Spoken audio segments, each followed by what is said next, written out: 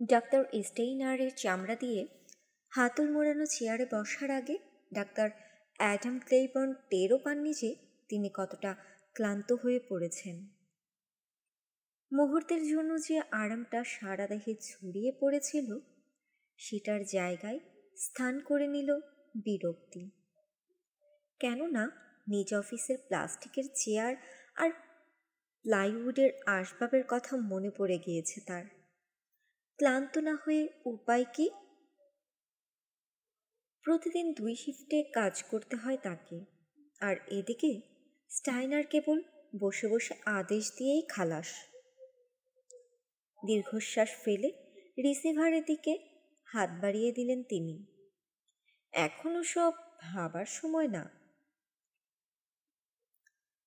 Hello, doctor ক্লেইবর্ন বলছি, দেরি করার জন্য দুঃখিত। অসুবিধা নেই, ভরাট উঁচু কণ্ঠে জবাব এলো। আমি মার্টি ড্রিসকল, এন্টারপ্রাইজ প্রোডাকশন থেকে বলছি। ছায়াছবিটার ব্যাপারে কথা বলার জন্য ফোন করেছি। ছায়াছবি? চলচ্চিত্র। স্টাইনার আপনাকে বলেননি? না তো। আজব, আমি তো বৃহস্পতিবারেই ওর সাথে কথা বললাম। প্যাকেজটা পাননি? প্যাকেজ? কোন প্যাকেজ? দেরি যেন না হয় সেজন্য তো রেজিস্ট্রি করে শুক্রবার সকালেই জিনিসটা পাঠালাম। তাহলে তো পেয়ে যাবার কথা। নড করতে করতে বললেন ক্লেইবর্ন। সাথে সাথে তার মনে হলো কথা তো হচ্ছে ফোনে, তাহলে নড করে কি লাভ? এমন কাজ এখানকার কোনো অতিথির শোভা পায়? এখানে কাজ করতে হলে নিজেকেও অল্প বিস্তর পাগল হতে হয় আর কি। আমি প্যাকেজের ব্যাপারে কিছু জানি না, বললেন তিনি। তারপরে যোগ করলেন, একটু দাঁড়ান। ডেস্কের অন্য পাশে একটা বড় বাদামি রঙের এনভেলপ পড়ে আছে। সেটা নিজের দিকে টেনে এনে উপরে লেখা ঠিকানাটা পড়লেন ক্লেইবর্ন। আপনার প্যাকেজ এসেছে, ডেস্কেই ছিল। ডাক্তার স্টাইনার কি খুলেছেন? পরীক্ষা করে দেখল ক্লেইবর্ন। হ্যাঁ। তাহলে কিছু জানালেন না যে? স্ক্রিপ্টটা পড়ার পর সাথে সাথে জানাবার কথা। আরও কিছু কথা বললেন মার্টি, কিন্তু বজ্রপাতের আওয়াজে তা ঢাকা পড়ে গেল। কষ্ট করে আরেকবার বলবেন? আমাদের এখানে প্রচণ্ড ঝড় বৃষ্টি হচ্ছে। চিত্রনাট্যের কথা বলছিলাম, কণ্ঠ উঁচু করে বললেন ড্রিসকল। ভেতরে আছে নিশ্চয়, একটু দেখুন তো। অধৈর্য শোনালো গলাটা। ক্লেইবর্ন এনভেলপটা খুলে ভিতরের সব কিছু টেবিলে ফেললেন। 3টা 8x10 আকৃতির ছবি, সেই সাথে চামড়ায় বাঁধানো অনেকগুলো কাগজ। চামড়ার বইটার কভারে টাইপরাইটারে লেখা শব্দটা পড়লেন তিনি, উন্মাদিনী। ওটাই। নাম পছন্দ হয়েছে? খুব একটা না। স্টাইনারেরও পছন্দ হয়নি, ড্রিসকল আমোদে কণ্ঠে বলল। চিন্তা করবেন না, নাম এখনো চূড়ান্ত হয়নি। হয়তো আপনি আর এমএস এক হয়ে আরও ভালো কোনো নাম নির্বাচন করতে পারবেন। এমএস? রয় এমএস, আমার লেখক। ভাবছি কয়েকদিনের মাঝেই ওকে আপনাদের সাথে দেখা করতে পাঠাবো। ঠিকঠাকভাবে সব কিছু লিখল কি না তার সরেজমিনে দেখে আসুক। সেই সাথে যদি বেটসের সাথে কথা বলার সুযোগ মেলে। আমি বুঝতে পারছি না, আপনি কি নরমান বেটসের কথা বলছেন? হ্যাঁ। কিন্তু তার সাথে চিত্রনাট্যের কি? ওহো, ডাক্তার সাহেব, ভুলেই গিয়েছিলাম। মুচকি হাসল ড্রিসকল। আপনি যেটা পড়েননি তা একদম মনে ছিল না। আমরা পেটসের কাহিনীর উপর নির্ভর করে একটা ছবি বানাচ্ছি। ক্লেইবর্নের হাত থেকে চামড়ায় বাঁধানো বইটা ডেস্কে পড়ে গেল। উন্মাদিনী লেখাটার দিকে একদৃষ্টিতে চেয়ে রইলেন তিনি।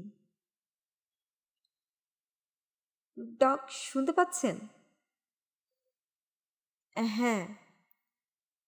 কিছু তো বলুন, আপনার কি মত? আমার পেশাগত মত শুনতে চাচ্ছেন?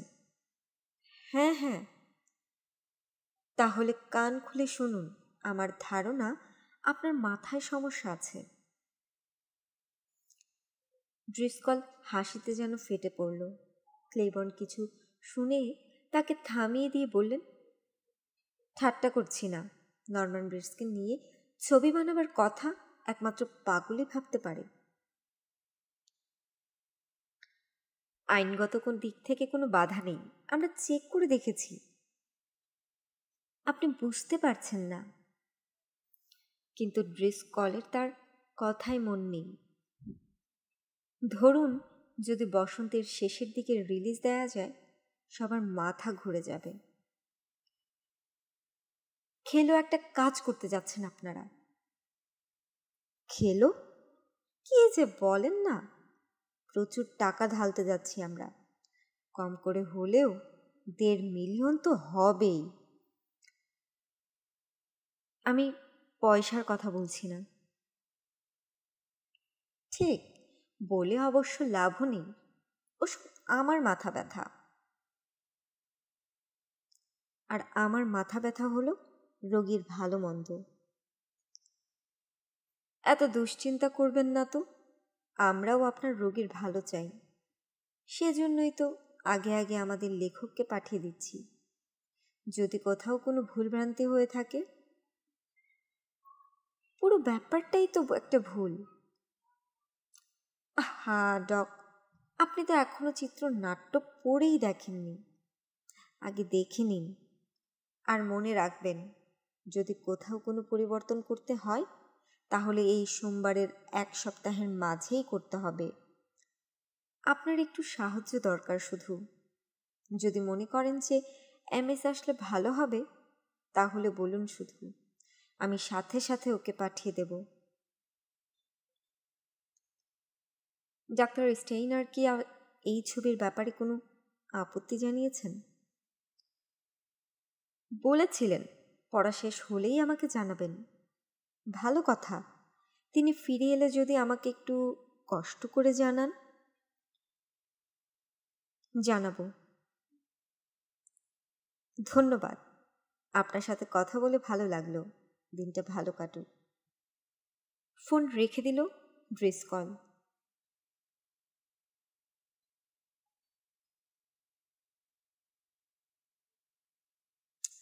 রিসিভার নামিয়ে রেখে আরাম চেয়ারে দেহ এলিয়ে দিলেন ক্লেইবর্ন। দিনটা ভালো কাটুক। ভালো তো মার্টি ড্রিসকল আর ওর মতো লোকদের কাটে।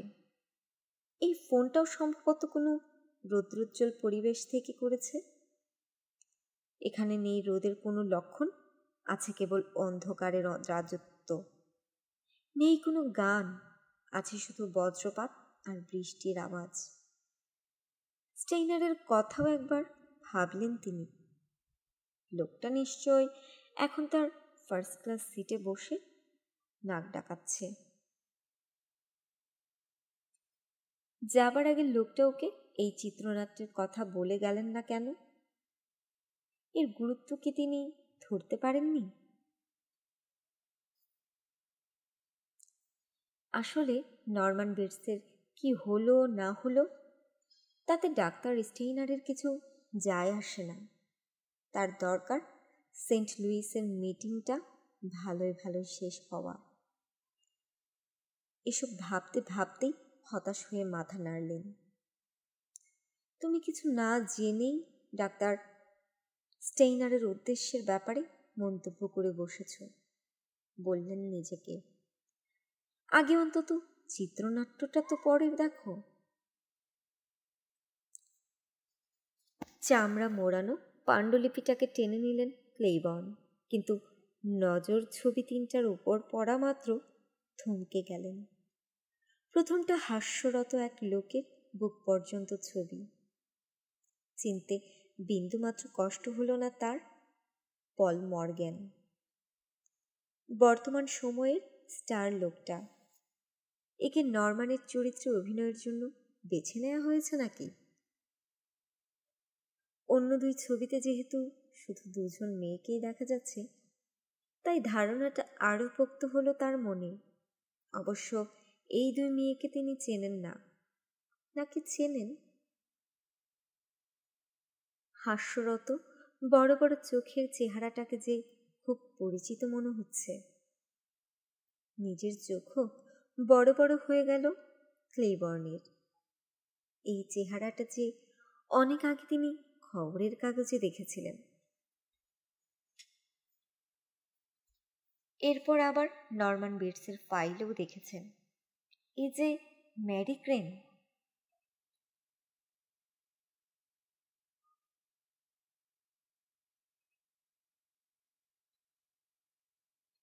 কিন্তু তা কি করে সম্ভব? মেরি ক্রেন তো মৃত। নরম্যান ওকে নিজ হাতে শাওয়ার স্ট্যান্ডে খুন করেছে। তাহলে মেয়েটার মতো দেখতে একজনকে খুঁজে বের করেছে স্টুডিও। ডাক্তার ক্লেইবর্ন। ওটিস দরজার দোরগোড়ায় দাঁড়িয়ে ওকে ডাকছে। হাঁপাচ্ছে লোকটা। চোখ তুলে চাইলেন ডাক্তার। হাত থেকে ছবিগুলো ডেস্কের উপর পড়ে গেল। কি হয়েছে? তাড়াতাড়ি আসুন, লাইব্রেরিতে। লাইব্রেরিতে একটা অঘটন। অঘটন? শব্দটা চমকে দিল ডাক্তারকে। দৌড়ে এগুলেন তিনি। তাড়াহুড়োয় লিফটের জন্য অপেক্ষা না করে সিঁড়ি বেয়েই উপরে ওঠা শুরু করে দিলেন। কি হয়েছে জানতে চাইলেন তিনি। আমি জানি না, ওখানে ছিলাম না। ছিলাম না মানে? ওদেরকে একা রেখে গিয়েছিলে? ঝড় হচ্ছিল। সিওয়ার্ডে গিয়ে ওখানকার রোগীদের যার যার ঘরে ঢুকিয়ে দিচ্ছিলাম। ওখানে অন্য কারো ডিউটি নেই আজ। হাঁপাচ্ছে ওটিস।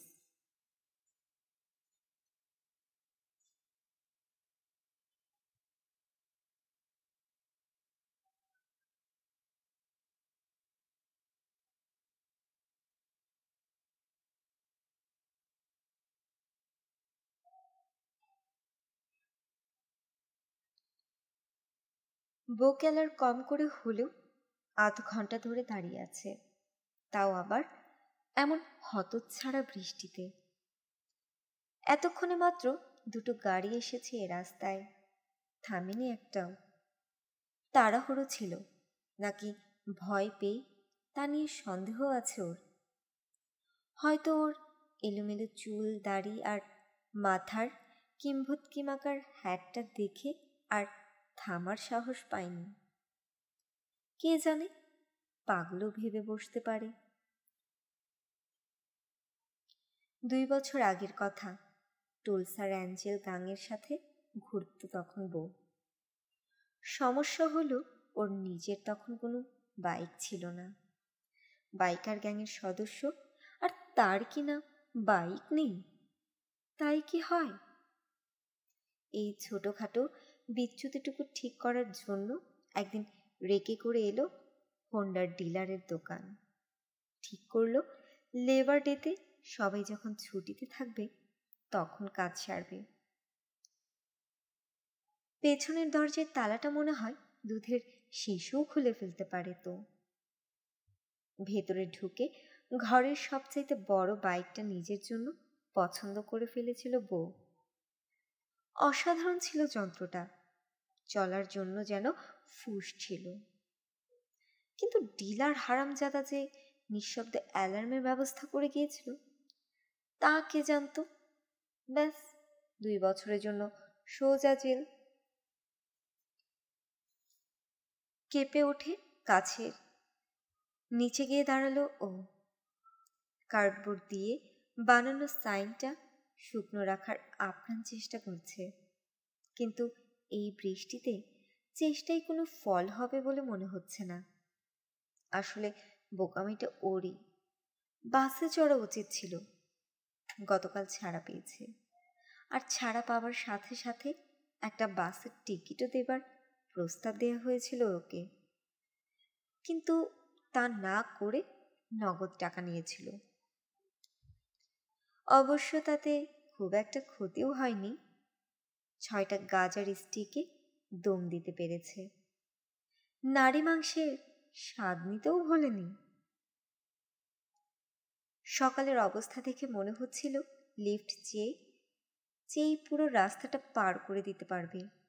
রাস্তায় নামার সাথে সাথে একটা বড় তেলবাহী ট্রাকে লিফট পেয়ে গিয়েছিল। ড্রাইভার বলেছিল ফেয়ারভিলের ঠিক মাঝ দিয়েই যাবে ওর গাড়ি, চাইলে বউকে একদম জ্যাকের বাড়ির সামনেই নামিয়ে দিতে পারবে।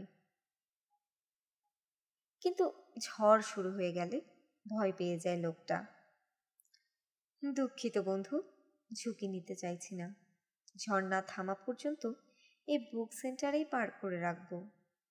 তাই আবার 2 পায়ের উপর ভরসা করে পথে নেমে যেতে হয়েছিল বউকে।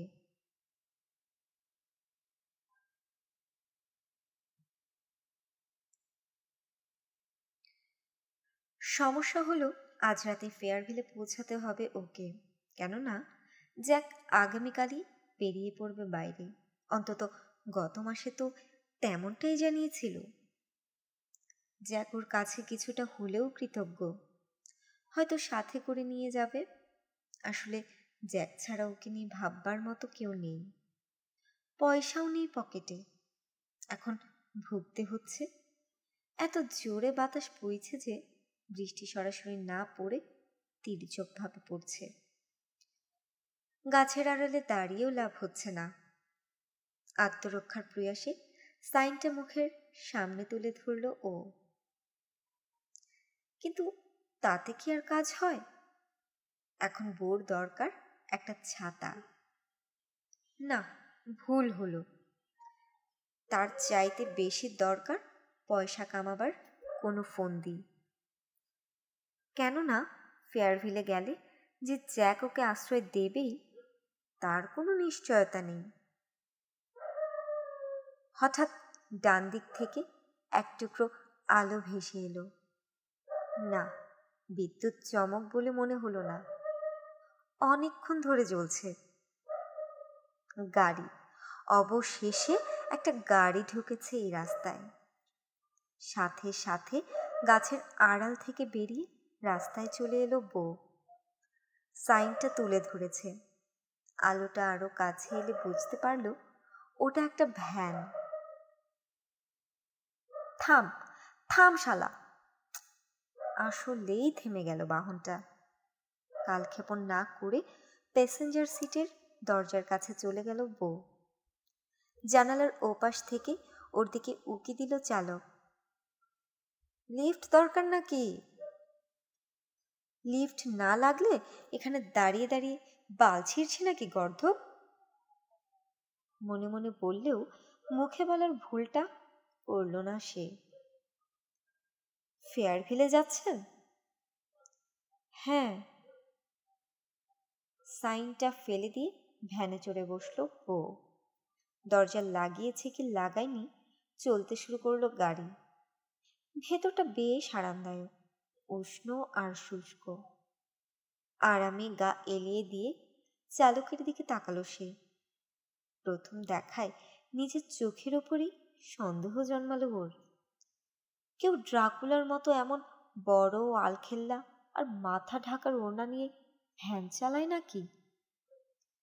পর মুহূর্তে বুঝতে পারল চালক আসলে একজন নান। ঈশ্বরে খুব একটা বিশ্বাস নেই বোর, কিন্তু এমন পরিস্থিতিতে হুট করে ঈশ্বরে বিশ্বাস জন্মালেও কেউ ওকে দোষ দিতে পারবে না। একজন একাকী নান একটা ভ্যান এমন নির্জন রাস্তায় চালাচ্ছে। আচ্ছা, ভ্যানের মালিকানা বদল করা যায় না? নানার একটা ব্যবস্থা করলেই তো। তাড়াহুড়ো করার দরকার নেই, ধীরে সুস্থে কাজ করো। এক মুহূর্তের জন্য চালিকা ওর দিকে তাকালো। অন্ধকারে তার চেহারা বুঝতে পারল না বউ, তবে চালিকাকে উদ্দেশ্য করে হাসতে ভুলল না। কে জানে, হয়তো ওর পোশাক দেখে বেচারি ভয় পেয়ে যেতে পারে। নানের দৃষ্টি অবশ্য অধিকাংশ সময় রাস্তার দিকেই রইল, তবে এর মাঝেও যে কয়েকবার মহিলা ওর দিকে তাকিয়েছে তা পরিষ্কার বুঝতে পারল বউ। একদম হঠাৎ করেই খসখসে কণ্ঠে কথা বলতে শুরু করলো নান। ফেয়ারভিলে থাকেন নাকি? না সিস্টার, এমনি যাচ্ছি, আমার কয়েক বন্ধু ওখানে থাকে। শহরটাকে তো তাহলে ভালো মতোই চেনেন? কিছুটা তো চিনি। আপনি কি ওখানে জন্মেছেন? নড করল নান। বড়ও হয়েছি ওখানকার কাছেই একটা জায়গায়, তবে অনেকদিন হলো যাওয়া হয়নি। কনভেন্টে ঢুকলে সম্ভবত খুব একটা ঘোরাফেরার সুযোগ মেলে না, তাই না? কনভেন্টে? খিলখিল করে হাসল নান। হাসির আওয়াজটা অশ্লীল শোনালো বোর কানে। একজন নানের মুখে এমন হাসি মানায় না। তা ঠিক বলেছেন। খুব একটা কিছু মিস করেছেন বলে মনে হয় না, বলল বউ। আমার তো মনে হয় ফেয়ারভিল আপনি ছেড়ে যাবার সময় যেমন ছিল তেমনি আছে। বৃষ্টির বেগ অনেকটাই বেড়ে গিয়েছে। নানের সব মনোযোগ এখন রাস্তার দিকে। ফেয়ারভিলে বন্ধু বান্ধব আছে বললেন? হ্যাঁ, ভাবছিলাম যে তাদের একজন মিস্টার লুমিস না তো, স্যাম লুমিস? আমার বন্ধু না, তবে নাম পরিচিত মনে হচ্ছে। হার্ডওয়্যার স্টোরের মালিক নাকি? লোকটা তাহলে এখনো ফেয়ারভিলেই আছে? নড করল বউ। বললাম না, খুব একটা পরিবর্তন ফেয়ারভিলে আসেনি। ফেয়ারভিলে পরিবর্তন না আসলেও এখানে আসবে, এখনই আসবে। কথা বলতে বলতেই একটা পরিকল্পনা করে ফেলেছে ও, কিন্তু শেষ প্রশ্নটা একটা বেকায়দায় ফেলে দিয়েছে ওকে। স্যাম লুমিসের নাম কে না শুনেছে? ওই হতচ্ছাড়াটা অনেক বছর আগেকার একটা খুনের কেসে জড়িয়ে পড়েছিল। বেটস মটেল না কি যেন নাম ছিল জায়গাটার। ওখানে কে জানে খুন হয়েছিল। মোটেলটা এখন আর নেই, তবে ওখানে যাবার পার্শ্ব রাস্তাটা এখনো আছে। হাইওয়ে হবার পর ও রাস্তায় ছায়াও কেউ মারায় না এখন। আর আজ এই বৃষ্টিতে রাতে তো কেউ যাবে বলে মনেই হয় না। আচ্ছা, কতক্ষণ ধরে চলছে গাড়িটা? সামনেই সেই পার্শ্ব রাস্তার প্রবেশ মুখ। উইন্ডশিল্ডের বাইরের দৃশ্য দেখার জন্য পিটপিট করে তাকালো,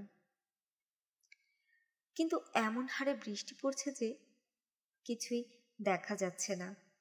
তবে কপাল ভালো, বিদ্যুৎ চমকের আলোতে মুহূর্তের জন্য পরিষ্কার হয়ে গেল চারপাশ। কাঙ্ক্ষিত প্রবেশ মুখটা দেখতে পেল ও। সাবধানে এগোতে হবে এখন। সিস্টার, বলুন। সামনে ছোট রাস্তাটা দেখতে পাচ্ছেন? ডানের ওই রাস্তায় ঢুকে পড়ুন, শহরে যাবার শর্টকাট ওটা। ধন্যবাদ। বোর মনে হলো নান বেচারে যেন আবারও অশ্লীলভাবে হাসল। তবে সেটা ওর ভুলও হতে পারে, হয়তো কেসে উঠেছে মহিলা। ঠান্ডা লেগেছে নাকি? মাথা নাড়ল সিস্টার। না, স্বাস্থ্য আমার ভালোই হয়েছে। আসলে মহিলা স্বাস্থ্যবতী, গায়ে গতরে বোর প্রায় সমানই হবে। তবে চিন্তা নেই, সামলাতে পারবে সে। ভালো মতো একটা বাড়ি বসাতে পারলেই হলো। অজ্ঞান দেহটাকে রাস্তার পাশে ফেলে গাড়িটা নিয়ে সোজা অন্য স্টেটের দিকে ছুটবে। হতচ্ছাড়া ফেয়ারভিল চুলোয় যা। রাস্তাটা এবড়ো থেবড়ো। বোর ভয় হলো বাজে রাস্তায় আনার জন্য নান আবার কিছু বলে না বসে। কিন্তু দেখা গেল ভয়টা অমূলক। কিছুই বলল না মহিলা। এদিকে ঝড়টাও কমে আসতে শুরু করেছে। এখন কায়দা করে সিস্টারকে ভ্যান থামাতে বাধ্য করতে পারলেই কেল্লা ফতে। সামনেই গাছের সারি দেখা যাচ্ছে। মোটামুটি বড় অন্ধকার, একেবারে নিখুঁত জায়গা। কাজে নেমে পড়তে হয়, কিন্তু যখন কিছু একটা বলার জন্য মুখ খুলল, মনে হলো ওর গলা তুলোয় ভরে আছে, কথা বেরোতে চাচ্ছে না। তীরে এসে তরি ডুবাস নে, নিজেকেই বকল। পকেট থেকে সিগারেটের প্যাকেট বের করে এগিয়ে দিল সিস্টারের দিকে। ধূমপান করলে কি খুব অসুবিধা হবে? এমনভাবে আটকে উঠল সিস্টার যে বোর মনে হলো কোনো বাজে কথা বলে বসেছে। কিন্তু হালকা আলোয় বুঝতে পারল সিস্টার হাসছে। ম্যাচ আছে আপনার কাছে? জানতে চাইল মহিলা। হায় যিশু, কি বোকার মতো প্রশ্ন। কথা না বলে সরাসরি বের করে দেখিয়ে দিল ও। একটু যদি গাড়ির গতি কমাতেন তাহলে আগুন ধরাতে সুবিধা হতো। অবশ্যই, বলে একদম গাছ ঘেঁষে গাড়িটা থামালো নান। অসাধারণ সৌভাগ্য যাকে বলে। আরেকবার মনে মনে কর্মপন্থা গুছিয়ে নিল বউ। কেলার প্রথমে আগুন ধরাতে হবে, এক দু টান দিয়েই মহিলার মুখের দিকে ছুড়ে দিয়ে হবে শলাটা। চমকে সরে যেতে চাইবে সিস্টার, এমনকি আত্মরক্ষার্থে হাত দুটো সামনেও নিয়ে আসতে পারে। ঠিক তখন পাকস্থলীর উপর একটা বিরাশি শিক্ষা বসিয়ে দিতে হবে। ব্যথায় যখন দুর্বল হয়ে আসবে মহিলার প্রতিরক্ষা, ঠিক তখন শেষ আঘাতটা হানবে চোয়ালে। জলবৎ তরলম হাত দিয়ে আড়াল করে আগুন ধরালো বউ। আগুনের ঝলসানিতে এক মুহূর্তের জন্য চোখ ধাঁধিয়ে গেল ওর। সিস্টারকেও তাই দেখতে পেল না। জানে না ঠিক সেই মুহূর্তে একটু আগের শান্ত শিষ্ট নান দুই পায়ের ফাঁকে হাত গলিয়ে লোহার একটা রড তুলে এনেছে।